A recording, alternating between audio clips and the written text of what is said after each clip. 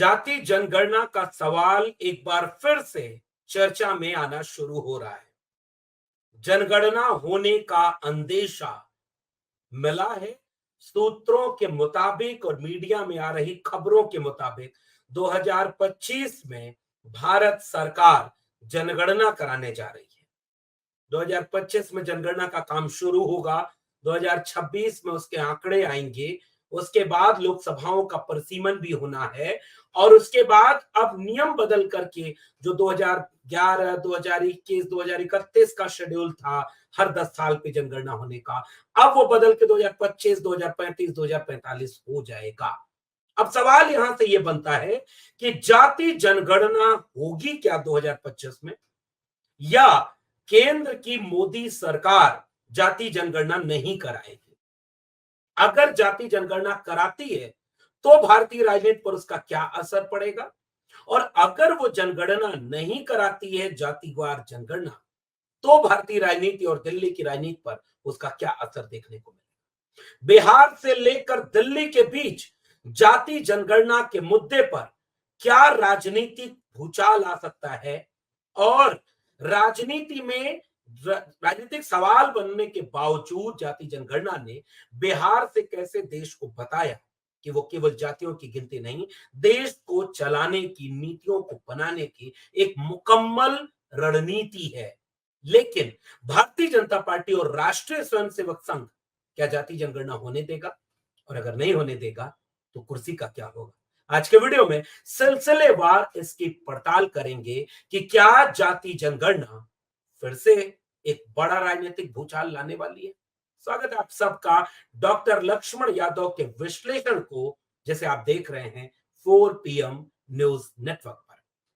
तो फिलहाल एक खबर फिर से, इंडिया टुडे का एक ऑनलाइन पोर्टल, जिसमें एक खबर छपी है कि next census in 2025 with expanded data collection on religion, sex. Source Piyush Mishra, जिनकी खबर 28 अक्टूबर 2024 को इंडिया टुडे में छपी हुई है, वो ये बताती है कि सूत्रों के मुताबिक भारत सरकार जनगणना कराने के लिए 2025 में तैयारी कर रही है। आपको पता होना चाहिए कि 2011 में आखिरी जनगणना इस देश की हुई थी। 2021 में जनगणना होनी थी, लेकिन 2021 का वो वक्त था जो महामारी का था। वही महामारी जिसे शायद अब इस देश के लोग भूल चुके हैं, कोरोना। देश रुक गया, ठहर गया, मानवता पर संकट आ गया था। लोग एक चीज केवल याद कर रहे थे, अस्पताल और ऑक्सीजन, दवाई। जाति धर्म की बाधाएं खत्म हो गई थी। पाखंड अंधविश्वास की दुकानें बंद हो गई थी। प्राइवेट सेक्टर के सारे संस्थान बंद हो गए थे। इलाज कर रहे थे तो सरकारी अस्पताल। फिर कुत्ते नोच रहे थे लाशों को, गंगा में लाशें तैरती दिखाई दे रही थी। मैनेजमेंट ध्वस्त हो चुका था। ये बात लोगों को चिंताजनक लगने लगी कि अस्पताल हमने क्यों नहीं बनाए, दवाइयां क्यों नहीं दी। फिर कोविड खत्म हुआ धीरे धीरे। जिसको गुजरना था वो गुजर गया। जिन परिवारों के लोग खोए वही सदमे में हैं। देश फिर भूल गया कि कोई कोरोना जैसी महामारी भी थी। लेकिन उसके बाद फिर अस्पताल अब बहस में नहीं है, खत्म। अब दूसरे तरह के दंगाई माहौल, बहराइच उसका एक उदाहरण है। फिलहाल तो 2021 में जो जनगणना होनी थी वो नहीं हुई, क्योंकि कोरोना में लॉकडाउन लगा हुआ था। हालांकि 2021 के चुनाव हुए, 22 में चुनाव हुए, 23 में चुनाव हुए, 24 में चुनाव हो गया, चुनाव नहीं रुका। उसी कोविड में मास्क पहनकर विश्वविद्यालय बंद थे, देवालय बंद थे। चुनाव की प्रक्रिया धीरे धीरे शुरू कर दी गई। सबसे पहले कुछ शुरू हुआ तो ठेका, दारू का ठेका शुरू हुआ अस्पताल के बाद। फिर चुनाव शुरू हो गया, रैलियां होने लगी, नफरत का कारोबार फिर से शुरू हो गया। उसके बाद चुनाव दर चुनाव होते चले गए, जनगणना नहीं हुई इस देश में। और फिर आम चुनाव 2024 का हो गया। 2025 अब आने को है। केंद्र में तीसरी बार नरेंद्र मोदी के नेतृत्व में एनडीए की सरकार है और अब अंदरूनी सूत्रों के मुताबिक मीडिया में खबर छपी है कि केंद्र सरकार जनगणना कराने की तैयारी कर रही है, जो 2025 में शुरू हो जाएगी। 2026 में आंकड़े आएंगे। ये रिपोर्ट ये बताती है कि फिर इसका टेन्योर भी बदल दिया जाएगा।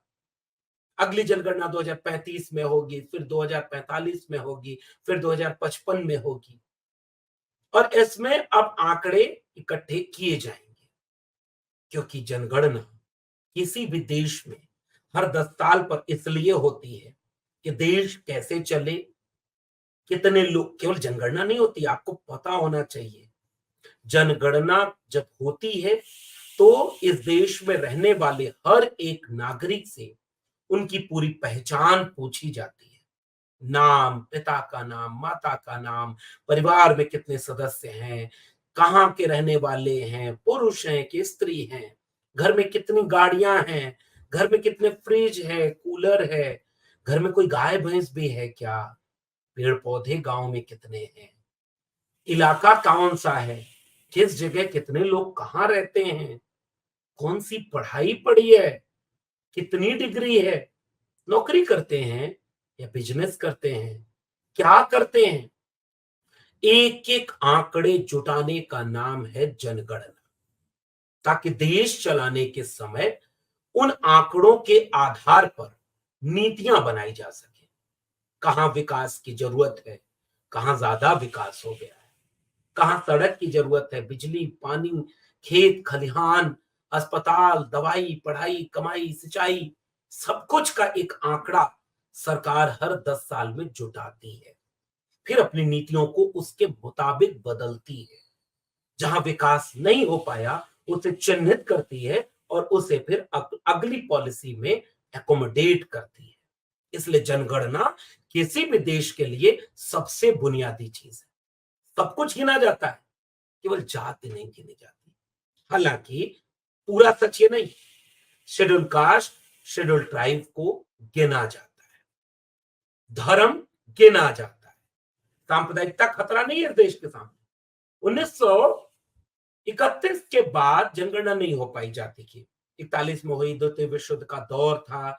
2025 में जब ये सवाल आ रहा है तो उस इतिहास को सिलसिलेवार समझ लीजिए। 2024-25 में जो जनगणना होने वाली है उसके पहले 1951 में जब आजाद भारत की पहली जनगणना होनी थी, कुछ लोग जो खास किस्म की मानसिकता के थे, अधिकांशतः, उन्होंने कहा कि हम जाति विहीन समाज बनाएंगे, इसलिए जातियां गिनेंगे तो जातिवाद बढ़ जाएगा। 51 से जातियां गिनना बंद कर दिया। विडंबना देखिए कि धर्म गिनते थे, भाषा गिनते थे। वही दौर था जब भाषा के नाम पर राज्य टूट रहे थे, लड़ रहे थे, फिर भी भाषा गिनी जा रही थी। धर्म के नाम पर देश में 47 में बंटवारा हुआ था, सांप्रदायिकता का तनाव था, फिर भी धर्म गिन रहे थे, जाति नहीं गिनी। इस संकल्पना से कि जातिवाद खत्म हो जाएगा, अगर जातियां गिनेंगे तो जातिवाद बढ़ जाएगा। देश का इतिहास आजादी के अमृत काल तक का बता रहा है, भयानक जातिवादी आज भी हम हैं। प्रधानमंत्री भी जाति बताते हैं, राष्ट्रपति भी जाति बताते हैं, मीडिया हाउसेस में एक ही जाति के लोग हैं, ब्यूरो सेक्रेटरी, देश चलाने में प्रोफेसर, वाइस चांसलर, जज, इन सब में जातियां हैं। और 80 करोड़ अनाज जिसको देना पड़ रहा है 5 किलो, वो भी जातियां हैं, जिसमें से कौन है ये देश को नहीं पता है। देश चलाने में कौन है कौन नहीं है ये बंटवारा हो गया। इसलिए जब पहला काका कलेलकर कमीशन बना ओबीसी के लिए, तो काका कलेलकर कमीशन में भी कहा जाति जनगणना होनी चाहिए। अगर आंकड़े नहीं होंगे तो चिन्हित नहीं कर पाएंगे कि कौन सी जातियां पिछड़ गई, कौन सी आगे आ गई, फिर उनको विशेष प्रावधान कैसे देंगे। लेकिन नहीं हुआ। मंडल कमीशन बना 1980 में, उसकी रिपोर्ट आ गई, 1990 में वो लागू हो गया। उस मंडल कमीशन की सिफारिश भी कहती है कि जाति जनगणना के बिना देश चलाने की मुकम्मल पॉलिसी नहीं बनाई जा सकती। लेकिन जाति जनगणना नहीं हुई। 1996-97 का वक्त आया, संयुक्त मोर्चा की सरकार थी, एचडी देवगौड़ा प्रधानमंत्री बने तो उन्होंने अपनी कैबिनेट में पास किया कि 2001 की जनगणना जब होगी तो उसमें जातियों का कॉलम सबके लिए खुला रहेगा। कितने सवर्ण, कितने ओबीसी, कितने दलित, कितने पिछड़े, हर जाति, हर धर्म में सबका आंकड़ा रहे, ताकि सबके आंकड़े के साथ बात आगे बढ़े। अटल बिहारी वाजपेयी की सरकार बनती है 2001 के पहले ही 99 में, और पहली कैबिनेट में अटल बिहारी वाजपेयी जिस काम को रोकते हैं वो है जाति जनगणना। यानी 2001 तक की भारतीय जनता पार्टी जाति जनगणना विरोधी पार्टी रही, क्योंकि वो धर्म के नाम पर राजनीति कर रही थी। बटोगे तो कटोगे टाइप का मामला तब भी आया था, लेकिन बांटना कटना कौन था वो पता नहीं चल रहा था। 2010 का वक्त आया, देश में संसद में जाति जनगणना पर बहस होनी शुरू हुई। 2010 में पूरी संसद एक राय से सहमत हो जाती है कि 2011 की जनगणना में जाति जनगणना होनी चाहिए। एक लाइन में समझिएगा कि सब कुछ गिना जाता है, उसमें एक कॉलम सबके लिए जोड़ दिया जाएगा जाति का, और कुछ नहीं करना, कोई अलग से जनगणना नहीं होनी थी। जो 1948 का जनगणना एक्ट बना है आजाद भारत का, जो जनगणना कमिश्नर जो है, सेंसस कमिश्नर, उनके अधिकार क्षेत्र में आता है, भारत सरकार का सबसे वैधानिक डेटा है। वो एक्ट के तहत जनगणना होने में केवल 2 दर्जन कॉलम में एक कॉलम जोड़ देना है जाति का, जो सबके लिए होगा। वो जाति का कॉलम जोड़ने के लिए 2010 में पूरी संसद सहमत हो गई। बटेंगे तो कटेंगे वाली राजनीति वाली भारतीय जनता पार्टी भी संसद में खड़े होकर यह कहती है कि 2011 में जनगणना होनी चाहिए। 2011 की जनगणना जाति जनगणना के साथ हो। मरहूम गोपीनाथ मुंडे भारतीय जनता पार्टी की तरफ से अगुवाई करते हुए संसद में खड़े होकर जाति जनगणना कैसे देश के निर्माण में जरूरी है, देश के विकास के लिए जरूरी है, सबका साथ, सबका विकास, सबका विश्वास, सबका प्रयास के लिए जरूरी है, इस पर भाषण देते हैं भारतीय जनता पार्टी के सांसद मरहूम गोपीनाथ मुंडे, जो ओबीसी जाति से आते थे, महाराष्ट्र के नेता थे।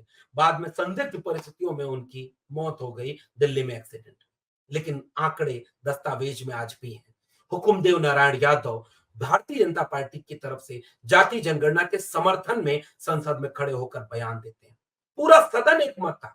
समाजवादी लोग तो, अम्बेडकरवादी लोग तो इसके लिए लड़ाई लड़ रहे थे, मानवर कांशीराम से लेकर के लालू प्रसाद यादव, मुलायम सिंह यादव, शरद यादव, रामविलास पासवान, तमाम लोग, नीतीश कुमार, सारे लोग जातिवार जनगणना के समर्थन में खड़े थे।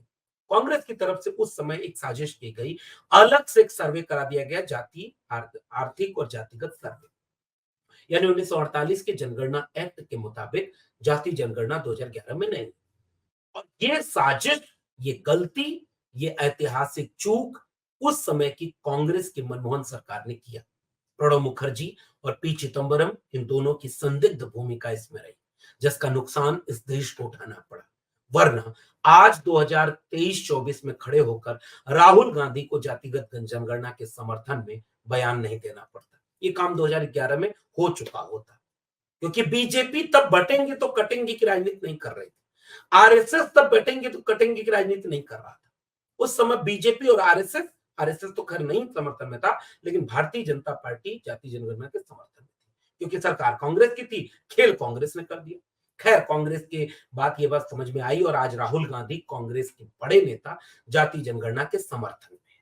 ये अलग बात है कि उनकी पार्टी आज उतनी समर्थन में नहीं दिखती जितना राहुल गांधी दिखते हैं, लेकिन आज बीजेपी बटेंगे तो कटेंगे पे आ गई और भारतीय जनता पार्टी जाति जनगणना के विरोध में खड़ी है। अब ये तो एक सिलसिलेवार एक इतिहास बता दिया मैंने, अब इसका राजनीतिक विश्लेषण। क्या भारतीय जनता पार्टी 2025 में होने वाली जनगणना में सबके लिए एक जाति का कॉलम बनाने जा रही है? फिलहाल सूत्रों के मुताबिक खबर यह है कि ऐसी कोई कॉलम जातिगत जनगणना के लिए भारतीय जनता पार्टी की सरकार नहीं बनाने जा रही है। यानी 2025 में जो जनगणना होने जा रही है वो बिना जातियों की गिनती के होने जा रही है। फिलहाल ये सूत्र है, बाद में हो सकता है जब सरकारी दस्तावेज आ जाएंगे तब पुख्ता होगी खबर। अगर ऐसा होता है, अगर 2025 की जनगणना में जाति का कॉलम, केवल कॉलम जोड़ना, अलग से कुछ नहीं करना, एससी एसटी के लिए कॉलम जुड़ा हुआ है, बस उसमें लिखा रहता है शेड्यूल कास्ट, शेड्यूल ट्राइब अगर आप हैं या अन्य हैं। अगर उसी में लिख जाएगा कि आपकी जाति क्या है, शेड्यूल का किस किस वर्ग में आती है, शेड्यूल कास्ट में आती है, शेड्यूल ट्राइब में आती है, उसी के नीचे 2-3 कॉलम और बन जाएंगे। अंडर बैकवर्ड क्लास में आती है, सामान्य में आती है, और अगर आती है तो उसका नाम क्या है, कोड नंबर होता है। अब इसका उदाहरण क्या है, बिहार सरकार जब महागठबंधन की थी, नीतीश कुमार मुख्यमंत्री थे, उप मुख्यमंत्री तेजस्वी यादव थे।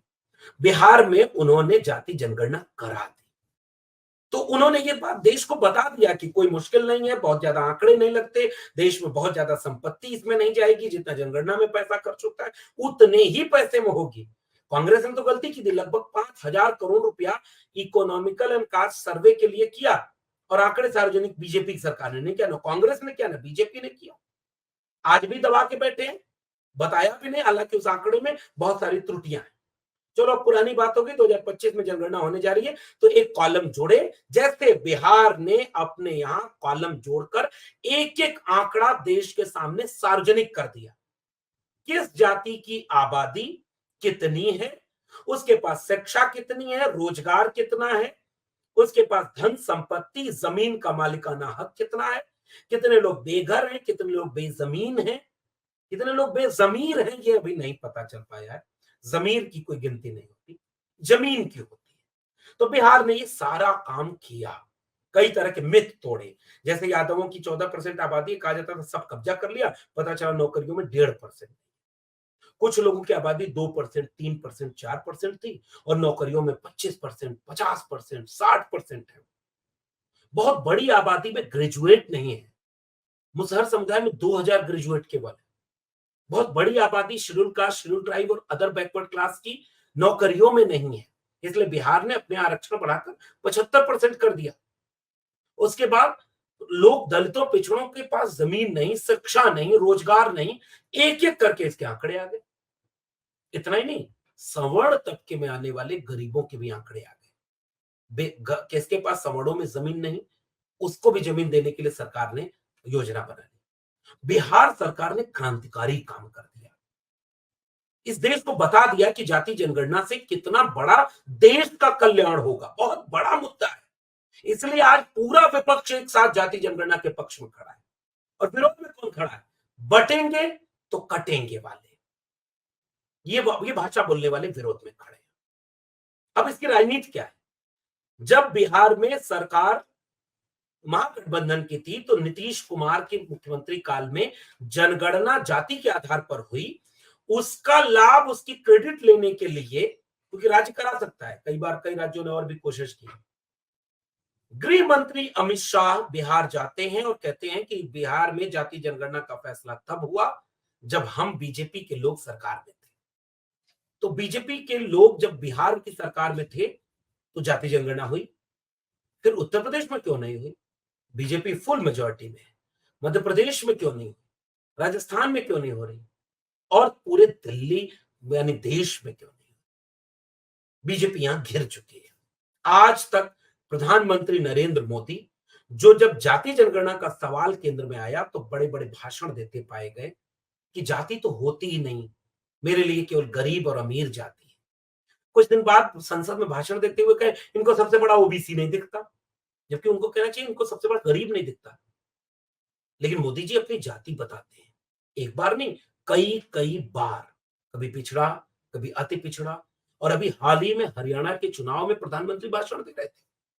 प्रधानमंत्री बोल रहे हैं कि मुझे और नायब सिंह सैनी को इसलिए लोग गाली देते हैं क्योंकि हम अति पिछड़े समुदाय से आते हैं। जातियां बताते हैं, राष्ट्रपति की जातियां बताते हैं। अब बीजेपी ने सार्वजनिक किया कितने मुख्यमंत्री, कितने सांसद, कितने मंत्री, कितने विधायक, कितने नेता एससी एसटी ओबीसी बनाए हैं बीजेपी ने। बीजेपी को जब अपनी सुविधा हुई तो वो जातियां बताने में कहीं पीछे नहीं हुई। एक जगह पीछे होती है, जाति जनगणना के सवाल।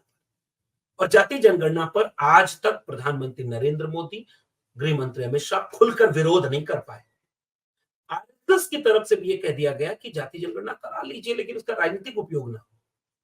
राजनीति क्या होती है आरएसएस के लोगों को पता ही नहीं, क्योंकि सबसे बड़े नेता तो वही हैं, सबसे बड़ी राजनीति वही करते हैं, हर मुद्दे पर टिप्पणी वही करेंगे, लेकिन नाम रखें गैर राजनीतिक संगठन का।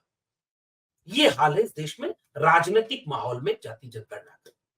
नीतीश कुमार वहां समर्थन दे रहे हैं, एनडीए के एक सबसे बड़े पिलर नीतीश कुमार है। ओबीसी समुदाय से आते हैं। चंद्रबाबु नायडू का पूरी पॉलिटिक्स में एक बड़ी भूमिका ओबीसी की, क्योंकि ओबीसी का सबसे ज्यादा नुकसान इस पूरे विमर्श में हो रहा है। एससी और एसटी की तो जातियां गिनी जाती हैं, सवर्णों की और ओबीसी की गिनती नहीं। अगर जाति जनगणना होगी तो सबके आंकड़े आ जाएंगे, सब कुछ देश को पता चल जाएगा, एक तरह हो जाएगा, वहां बीमारी का पता चल जाएगा, फिर इलाज शुरू होगा और फिर देश, सबका देश खूबसूरत देश बनेगा। इसका विरोध केवल एक तबके के लोग करते हैं जो मुट्ठी भर कब्जा किए हुए, क्योंकि जाति जनगणना आंकड़े बता देती है, मुट्ठी खोल देती है कि किसकी मुट्ठी में क्या है। नीतीश कुमार ऐसे में नरेंद्र मोदी सरकार के साथ कैसे खड़े रहेंगे अगर 2025 के चुनाव में नरेंद्र मोदी की सरकार, वर्तमान में जो संकेत मिल रहे हैं कि वो जनगणना नहीं कराने जा रही, फिर नीतीश कुमार क्या करेंगे, बाकी चंद्रबाबू नायडू क्या करेंगे? और अगर जनगणना कराना मजबूर होती है तो बीजेपी और आरएसएस का बटेंगे तो कटेंगे का पूरा नैरेटिव ध्वस्त होगा। लेकिन फिलहाल बीजेपी और आरएसएस दोनों इस बटेंगे वाले नैरेटिव पर आ गई, जिसका सीधा संकेत है कि वो जाति जनगणना नहीं कराएंगे। कई बार बीजेपी कह चुकी है, कभी कहती है कराएंगे, कभी कहती है नहीं कराएंगे, सदन में कह चुके नहीं कराएंगे। और अगर नहीं कराती है 2025 में वो जाति जनगणना, तो समाजवादी पार्टी का पीडीए पॉलिटिक्स, राहुल गांधी की पॉलिटिक्स, विपक्ष की एकजुटता क्या 2025 तक दिल्ली पर कोई बड़ा राजनीतिक आंदोलन खड़ा करने की स्थिति में दिख रही है? क्योंकि जाति जनगणना सामान्य मुद्दा नहीं है, धर्म की सांप्रदायिक राजनीति के सामने बीजेपी के लिए एक चुनौती है जाति जनगणना का सवाल, क्योंकि इसमें दुश्मन विदेशी, आतंकवादी, खालिस्तानी, कपड़ों से पहचानने वाला वो नहीं मिलता, जिहादी नहीं मिलता, घर के भीतर मिलता। ऐसे में पूरी पॉलिटिक्स अब जाति जनगणना के केंद्र में होने जा रही है, और अगर ये पॉलिटिक्स मजबूत हुई तो दिल्ली की सत्ता पर इसका गहरा असर देखने को मिलेगा। नीतीश कुमार बिहार में अगर जाति जनगणना करा रहे हैं तो देश में क्यों नहीं कराएंगे? और अगर जनगणना नहीं होती है जाति के आधार पर, तो क्या नीतीश कुमार समर्थन वापस लेने वाले हैं? और क्या अगर जाति जनगणना नहीं होगी तो नीतीश कुमार उन्हीं के साथ खड़े रह करके अपनी पूरी पॉलिटिक्स को खत्म करने वाले हैं? दिल्ली में हलचल तेज होने वाली है, मौसम बदलने वाला है, नजर आप भी रखिएगा। फिर मिलेंगे किसी और विशेषण के साथ, तब तक के लिए बहुत बहुत धन्यवाद।